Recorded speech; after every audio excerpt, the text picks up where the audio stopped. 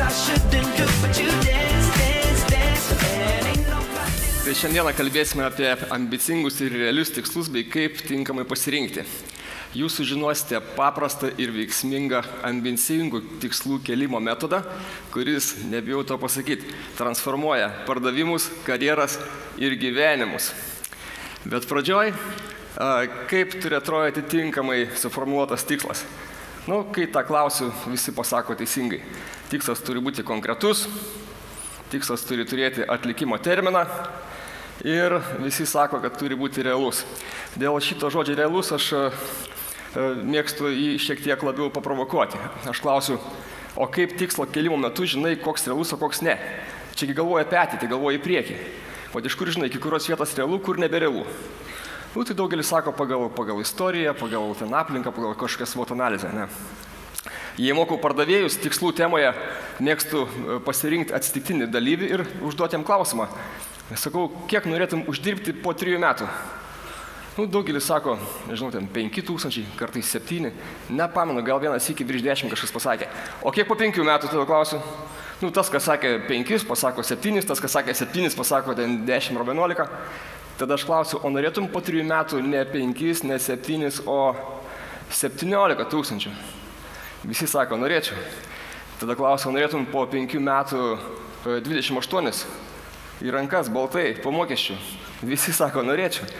Tada klausiu, ko iškart nesakei? Ką sako? Visi sako tą patį. Sako, nes nerealu. Bet ašgi neklausiu, kas tau realu. Neklausiu, kiek uždirbi dabar, jeigu nieks nesikeis, kiek tau mokės po 3-5 metų. Aš klausiu, ką norėtum. Tai reiškia, žmogaus smegenis pakeičia klausimą į žodelį. Į klausimą, ką norėtum, pasiūlo atsakymą, kas man atrodo realu. O kodėl taip vyksta, šnekėsim šiek tiek vėliau. Tai čia 3 klasikiniai gero tikslo bruožai. Aš dar mėgstu papildyti 4, kad geras tikslas turi būti motyvuojantis, reiškia, jis turėtų motyvuoti patį siekiantį jį. Aš turėčiau būti motyvuotas šitą tikslą siekti. Idealiu atveju tikslas dar būtų ugdantis, reiškia, norint jį pasiekti, aš neišvengiamai turiu kažką naujo išmokti. Pavyzdžiui, norėdamas pasiekti šitą tikslą, turiu aš išmokti susikalbėti kinų kalbą. Ir puiku, jeigu tikslas dar susitartas. Reiškia, jeigu tai vadovas, tikslo autorius, jis neturėtų jį nuleisti, jam parašyti, pasakyti per susirinkimą, tai yra susitarti. Reiškia, tikslas turėtų turėti šeimininką, žmogų, kuris priėmė, kaip angliškai sako, commitino jį siekti. Taip, dabar pakalbėsime apie 2 tikslų kelimo įpročius ir galima sakyti 2 metodus. Vienas būdingas didžiai daliai žmonių ir įmonių. Manoma, kad apie 90% žmonių ir įmonių kelia tikslus vienu būdu. Ir kitas būdingas mažai daliai žmonių ir įmonių, apie 10% žmonių ir įmonių kelia kitų būdų. Čia yra laiko atkarpa. P nuo žodžio praeitis, D dabartis, A ateitis. Taigi, jeigu dabartį, tokio normalaus žmogaus iš daugumos, tai reiškia normalus, paklaustum, ką tu nori pasiekti, nežinau, kiek parduoti, kiek uždirbti, kur nuvykti, ką norėtum. Normalaus žmogaus smegenys išgirdę šitą klausimą, akimirksniu pasinčia tokią trumpą ekskursiją į praeitį. O kaip iki šiol man sekės? Kaip iki šiol greit augo mano pajamos, kaip iki šiol greit augo mano pardavimai? Ir išeinant iš to, ką ten pamatė, sako, štai ką norėčiau. Įmonės panašiai kelia tikslus. Kiek pardavėm pernai, tai bus tiek, kiek pernai, plus kažkiek procentų daugiau. Reiškia, tiek, kiek pernai, plus. Viskas tvarkojas, ta metodika jinai įprasta. Tik yra viena bėda. Jeigu pagal šią metodiką, jeigu praeitį buvo ne fontanai, tai užprogramuota, kad į ateitį irgi bus panašiai, nes praeities rezultatai daro įtaką ateities tikslam. Tu visą laiką tokį kaip balastą, kažkokį tai lagaminą praeities tempiesi ir visą laiką kartuoji tai, ką darai, tik biškį pridedi. Kaip kelia tikslus ta mažuma. Mažuma reiškia, jie nenorma, jie nenormalūs. Jeigu tokio nenormalus žmogus paklausi, ką tu norėtum, su kuo norėtum, kaip dažnai norėtum, kur norėtum, kiek norėtum, jo galva veikia paprasčiau, jis savęs klausia, tai gerai, ką iš tikrųjų norėčiau? Ką norėčiau, jeigu jau klausi. Dažniausiai pačiam patinka, ką ten pamatė, sako, tai čia ir tegu būna mano tikslas. Tik paskui kitą klausimą savo kelia 2 kartų. Ką turiu daryti kitaip, ką turiu išmokti, kur kokių resursų gauti, su kuo susipažinti, kad man tai pavyktų. Tai tą žalsvą metodiką vadinam realūs tikslai, realūs, kur jau dabar, žinai, jau dabar matai, kaip pasiekti. Ta raudoną vadinam ambicingi. Jos mintis, kad keldamas ambicingą tikslą neprivalai tuo metu žinoti, kaip jį pasieksi. Jeigu visą laiką kelsi tik tokius tikslus, kur jau dabar žinai, kaip pasiekti, jie bus panašus tokius, kur jau buvai pasiekęs. Gali kilti klausimas, kodėl dauguma tokie realistai, 9% sako. Na, kažkam mama, močiutė gal vaikystėje sakė, būk realistas, kam nors yra sakęs, bandė apsaugoti nuo pasaulio negandų. Tiem, kam geriau nuskilo su artimaisiais, jie vėliau pakliuvo į vadybos mokyklas. Ir jau pirmoji klasėje, pirmam semestre sužinojo SMART tikslo apibrėžimą. Kam yra tekę matyti šitą? Va, kas nematėt pirmas syk, dabar matysite. Kur R stands for realistic. Aiškiai, tikslai turi būti realūs, visi tą ir kalą į galvą. Gali kilti normalus klausimas, o tai kaip kitaip? Kaip kitaip? Nu, pasikalbėsim, kaip kelti ambicingą tikslą. Čia bus viso labo 4 punktai, bet būtent tie, kurie viską keičia, viską transformuoja. Ir mano santykis su jais labai toks jau gilus, senas ir įvairialypis. Kadaise prisimokęs pas Anthony Robbinsą, pas Brianą Tracy, čia grįžęs, ėmiau vesti motyvacinio pobūdžio mokymus. Motyvaciniai mokymai buvo ant bangos 2004, 2005, 2006 metais iki tos ekonominės krizės. Ir tiesiog buvo daug užsakovų, kurie prašė, sakydavo, norėčiau, kad degtų akis mano darbuotojams, gali padaryti. Sakydavau, galiu. Ir aš ten, žibindavau tas akis. Jeigu gerai pasistengdavau, dalis išeidavo iš darbo po mokymo, nors aš jiem net neužsimindavau, gink dieve, aš netgi vengdavau tą idėją, kad net trapilučių nepaimti. Gerai atsimenu iki šiol vieną grupę, reiškia telekomunikacijų įmonė, pusė grupės išėjo iš darbo. Kas svarbiausia, jie ne prie konteinerio baigė. Dauguma jų padarė verslus sėkmingus, kiti korporatyvinės geras karjeras. Aš juos kodėl prisimenu? Ne todėl, kad naktį sapnuoju. Jie mane sutinka iki šiol gatvėje, sveikinasi, primena apie save. Tikrai toks kaip klubas kažkoks. Bet ašgi paskui supratau, bet užsakovai ne to norėjo. Ne visai to. Ir aš išmokau tą metodiką, pažabojau, išmokau ją valdyti. Aš užsakovą klausdavau, kaip smarkiai nori, kad motyvuočiau.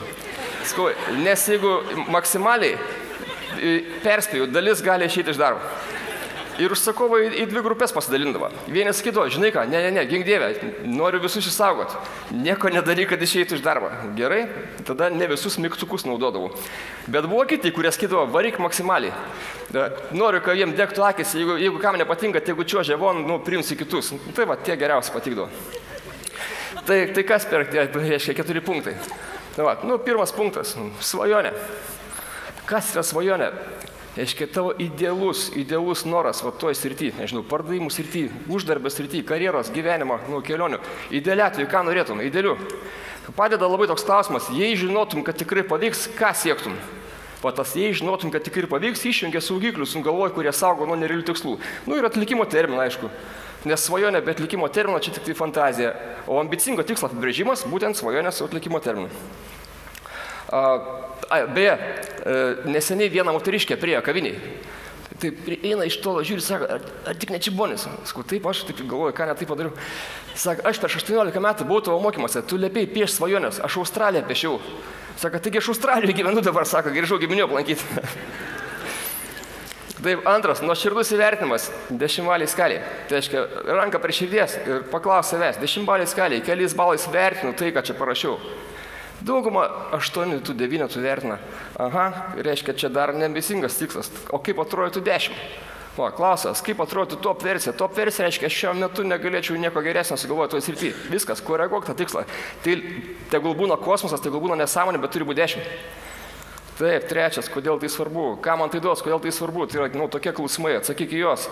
Dar juos vadina ekologinio patikrinimo klausimais. Jeigu tie motyvai ateina svarbus, reikšmingi, tai sustiprins ryžtą siekti. O jeigu tokie šiaip sau, ačiū Dievui, žinosi, kad staupiai laiką, gerai, kad nepradėjai. Ir ketvirtas, nuo ko pradėsiu ir kada? Visi šitą klausimą be problemų atsako. Normalu, kad tu gali nežinoti pilno plano, pilno veiksmų plano, ką tik iš svajonės padaryti tikslą. Čia normalu. Bet nuo ko pradėti žinosi visą laiką. Kažkas žemiško, kažkam paskambins, kažko susitikti, kažką surasi internete, jau žinot. Ir aš pirmą kartą, turbūt atsimenu, kaip šitą pratimą atlikau, reikėjo kažkokią temą pasirinkti. Pasirinkau kelionės temą. Visą laiką svajojau po Ameriką pakeliauti. Gerai, bus kelionė po Ameriką. Terminas, tebūnė kitą vasarą, ne čia ko laukti. Išsinuomosiu mašiną, pakeliausiu. Bet taip 10 balį skalėje kažkaip ne 10. Gerai, o kas būtų 10? Ir čia prasidėjo. Būtų 10, jeigu ne šiaip pakeliauti, o motociklais. Ne šiaip motociklais, o Harley'ais. Ne su bet kuo. Su 2 draugais, kuriais labiausiai norėčiau. Jie viens kito dar nepažįsta. Viens iš jų nėra sėdėjęs ant motociklo. Aš pats dar teisų neturiu. Ir ne šiaip, kad ten pakeliauti. Norėčiau, jeigu idealiai, iš rytų į vakarus per Route 66 ir atgal kitų kelių, neskubant. 5 savaitės maždaug. Tokia svajonė. Tada atsirado krūva ekspertų, baikerių, patyrusių draugų, kurie man ėmė patarimus dalinti. Sakydavo, 5 savaitės nesąmonė, neatsėdėsi ten, užpakalis net laikys, 2 savaitės į priekį, paskui lėktuvo atgal. Kiti sakė, 3, žiūri, nepatogu tokia kelionė. 2 varykit motociklų, 3 laivaro mašiną iš paskos, galėsite keistis, rotuoti. Labai daug tokių racionalių patarimų. Bet ačiū Dievui, nepaklausiau. Aiškiai, iki šiol, praėjo daug metų, iki šiol čia, mano buvo įspūdingiausia, iki šiol gyvenime kelionė. Kaip papasakau, tai padaro. Ja. Ir žinot, svarbiausia, kad kelionės metu pajutom, kad mūsų pavyzdys įkvėpia vietinius amerikonus. Jie klausdavo, kas tokie čia iš kur amerikoniškais numeriais, bet Džordžijos numerį, o čia jau vakaruose susitinkama, jūs iš ten važiavot. Tai sako, mes ne iš ten, mes iš Lietuvos. O kur važiuojat? Viską pasakau. Bet ne vienas, garbė žodis, ne vienas sakė, žinot ką, vyrai, aš visą gyvenimą svajojau tokią kelionę, aš čia šalia gyvenu, man jau 60 metų, aš dar to nepadarau, varu namo šį vakarą, žmonai papasakosiu, gal mes dar išvažiuosim. Tai aš, kai grįžau, galvoju, šakės, čia žmonės įkvėpė, išleidau knygą. Visai netikėtai, tikrai nebūčiau rašęs knygos, jei būtumėm autobusų važiavę, arba ten iš paskos kažkas. Ta knyga mano paties nuostabai 6 savaitės buvo perkamiausių knygų 10-tuke Lietuvoje. Bet čia yra senų mano pažįstamo, aš žinau, kas jūs žinot, sako, sena istorija, čia buvo kažką naujo, turi iš visą. Sąžiningas pastebėjimas, bet šiaip gera istorija, aš seniai nepasakau.